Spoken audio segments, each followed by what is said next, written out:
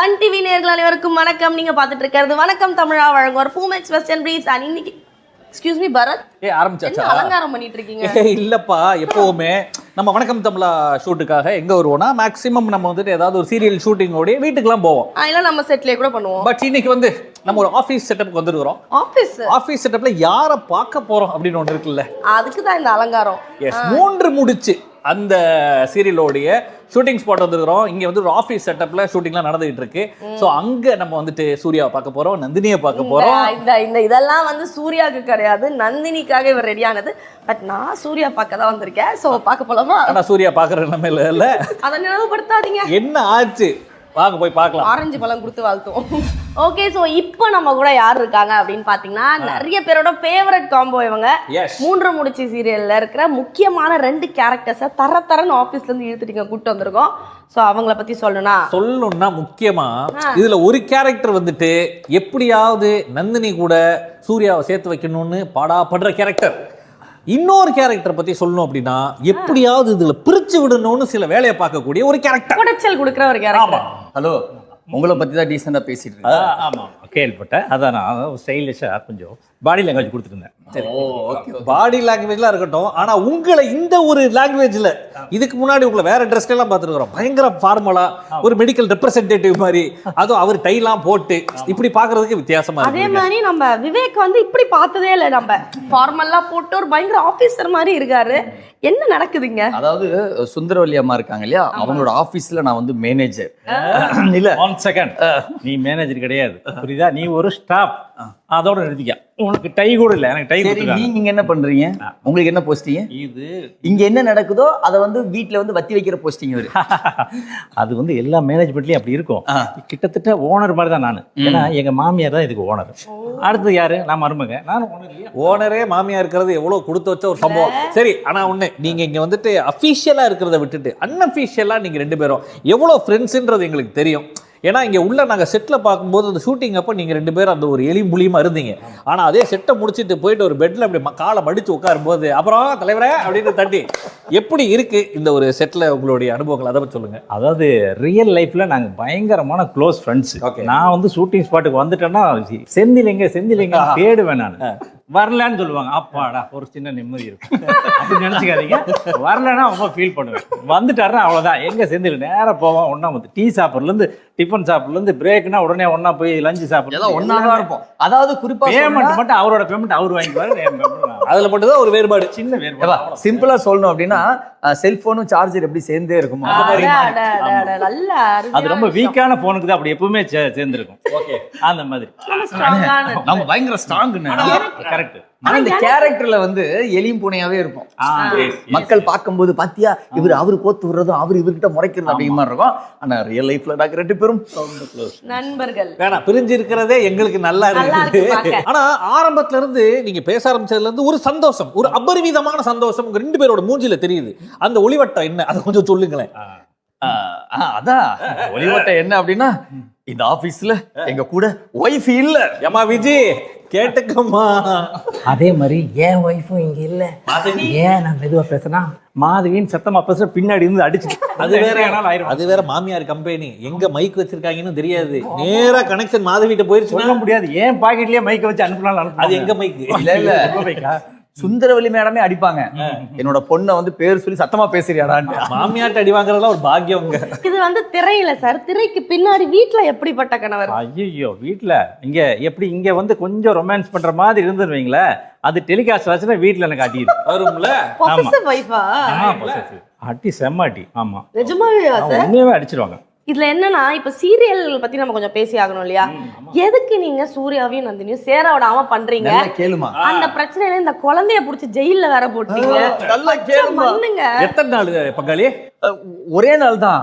ஆனா 15 ஷாட் அடி உண்மையாலுமே அடிச்சாங்க. நம்ம ஷாட்டை தனியா பேசுவோம், சொல்லுங்க. இப்போ சூர்யாவும் நந்தினியும் பொருத்தமில்லாத ஒரு ஜோடி அப்படின்னு மாமியார் நினைக்கிறாங்க. எங்க மாமியார் அவங்க தானே கண்ட்ரோலு. அவங்க ஸ்டேட்டஸுக்கு அந்தஸ்துக்கும் தகுந்த ஒரு பொண்ணு கிடைக்கல. வேலைக்காரி பொண்ணை வந்து கல்யாணம் பண்ணிட்டான் அப்படின்ற ஒரு கோபம்.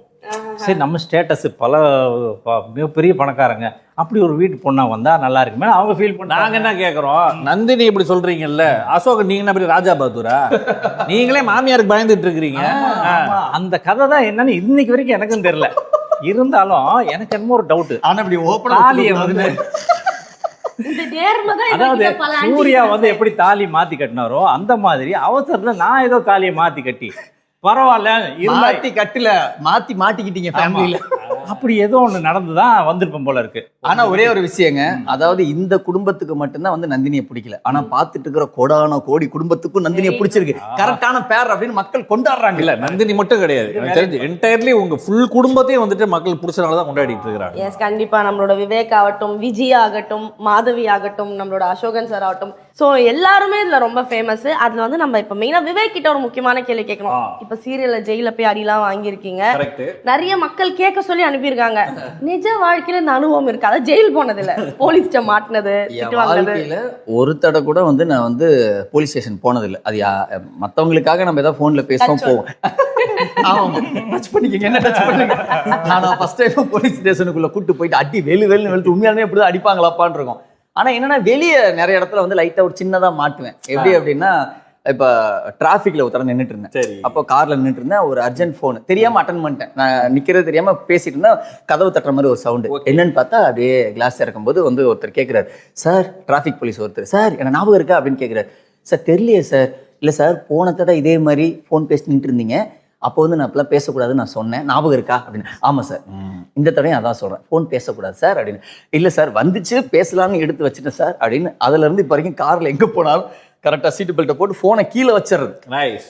அதை வந்து போனை யார் அடிச்சாலும் சரி வண்டியை ஓரத்தில் நிப்பாட்டிட்டு அட்டன் பண்ணி, அம்மா தக்காளி தானே வாங்கிட்டு வரமா கேளுங்க.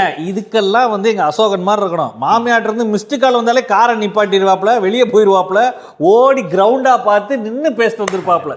அது டீசன்சி நல்லது. ரோட் மாமியார்னா எப்பவுமே ஒரு மரியாதை இருக்கணும், அப்பதான் நம்ம வாழ முடியும், சாப்பிட முடியும். இல்லைன்னா துரத்தி விட்டுருவாங்க வீட்டுல இருந்து. கண்டிப்பா முக்கியமான ஒரு விஷயம். மாமியாருக்கு விட்டா கோயிலே கட்டிடுவார் போல. பட் இங்க 3 முடிச்ச செட்ல வந்துட்டு உங்க காம்பினேஷனை பார்த்தது எங்களுக்கு ரொம்ப சந்தோஷம். அப்படியே ஷூட்டுக்கு நடுவில் நீங்க எங்களுக்கு வந்து பேசிட்டு இருக்கிறீங்க அண்ட் பிஸியா போயிட்டு இருக்கு டைட்டா.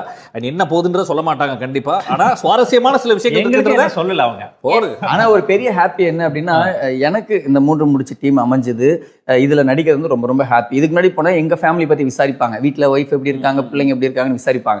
ஆனா இப்போ 3 முடிச்சல் நந்தினி எப்படி இருக்காங்க, அசோகன் எப்படி இருக்காரு, சூர்யா எப்படி இருக்காரு, சொந்த வீட்டு ஒய்ஃப் எல்லாம் விசாரிக்கிறதுலன்றதுல ஒரு சந்தோஷம்.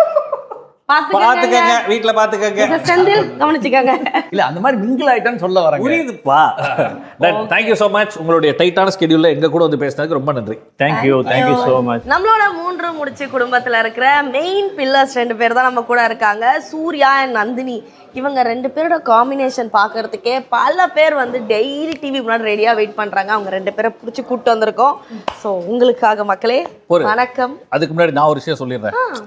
நந்தினி கையில அடிபட்டது என் மனசுலயே அடிபட்ட மாதிரி இருக்குமா? எனக்கு சூர்யா கால்ல அடிபட்டது தெரியுது. ஏன்னா எனக்கும் தலையில இல்ல நீ எப்ப சப்போர்ட்ல நிக்கிறியா அப்பயே தெரியுது. அதாவது அடி வாங்கினது எங்காலு, நீ எங்க சப்போர்ட்ல சைடா நின்னு பேசுற பாத்தியா? உங்களுக்கு அது ஒரு கை, எங்களுக்கு பாருங்க 2 கால். ஹலோ, இது வெறும் கை இல்ல சார், இது சாக்ஸ் கிடையாது சார், இதுதான் பெரிய கட்டு. இது எப்படி இருக்குன்னா, முகத்துல கையில எல்லாம் பார்க்கும்போது இந்த போலீஸ் ஸ்டேஷன்ல எல்லாம் வலிக்க விழுந்துட்டாரு அப்படின்வாங்கல்ல, அந்த அடி மாதிரி இருக்கு. பட் நீ சாதாரண கைன்னு சொல்லாத, இது வந்து இப்போதைக்கு நம்பிக்கை. கரெக்டா நந்தினி? ஆமா.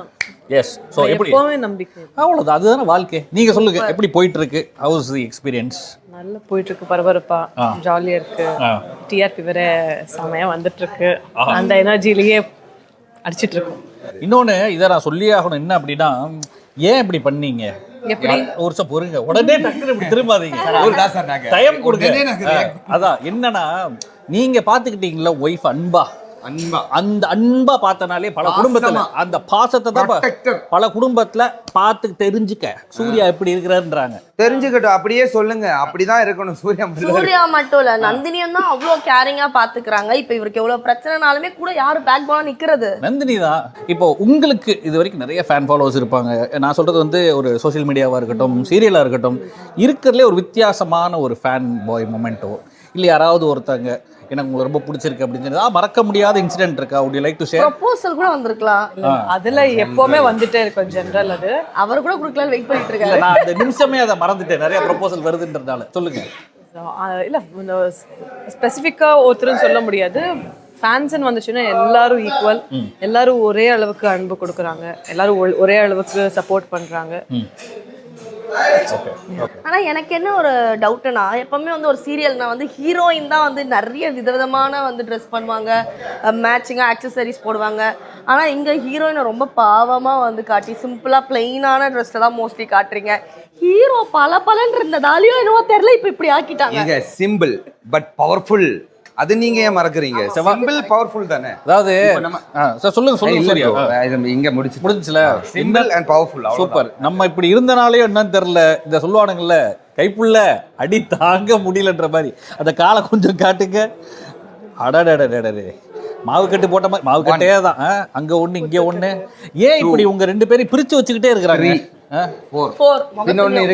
காட்ட முடியாது, வேண்டாம். குடும்பம் பப்ளிக் ஷோ சரி, இப்படி பிரிச்சு வச்சுக்கிட்டே இருக்காங்களே, எப்ப நல்ல விஷயங்கள் நடக்கும்? அது ஏதாவது இருக்கா? எங்களுக்கு அப்டேட் ஏதாவது கொடுங்க. ஒரு நல்ல விஷயம் நடந்திருக்கு.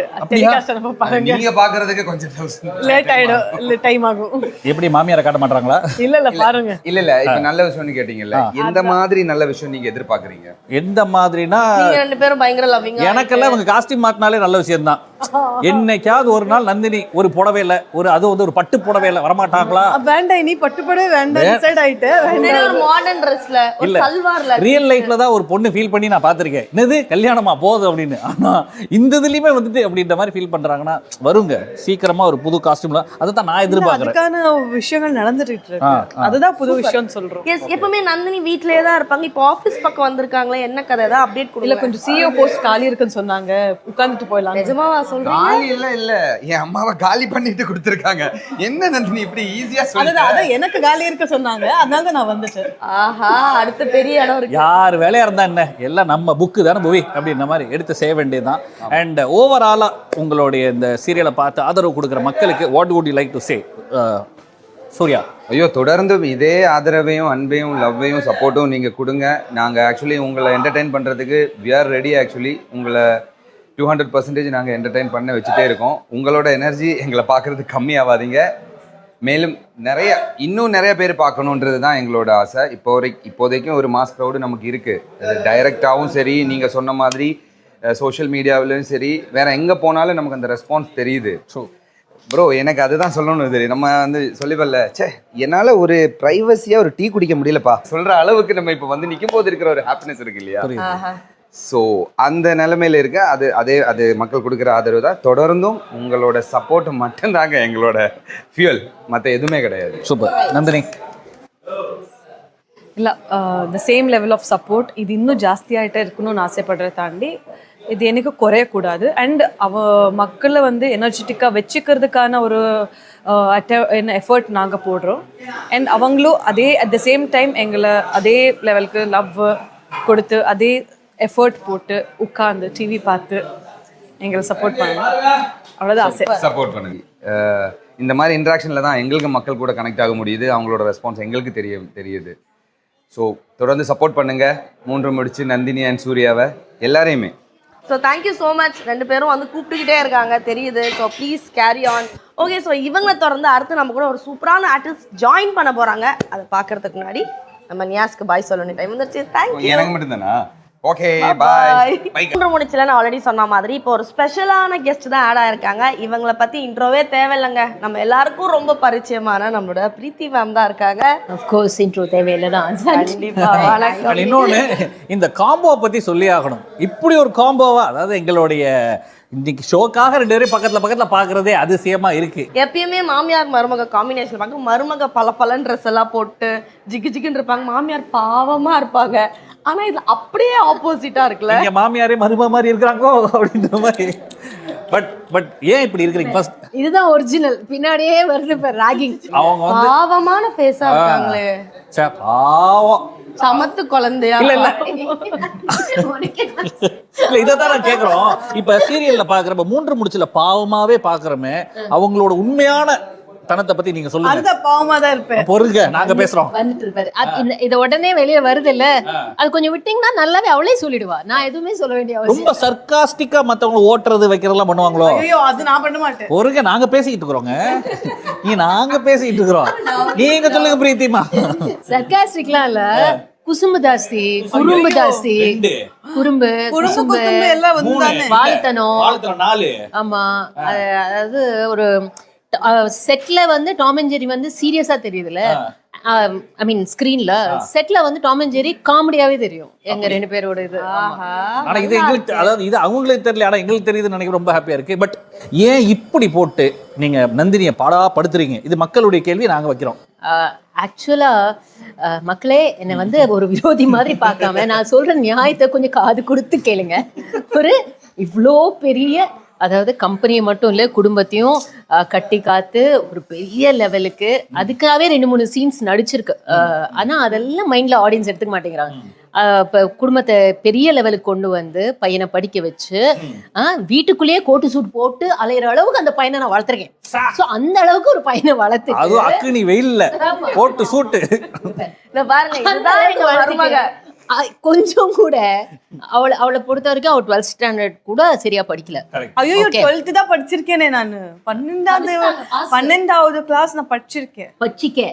ஆனா இங்கிலீஷ் தெரியாது, பேசி பழக தெரியாது.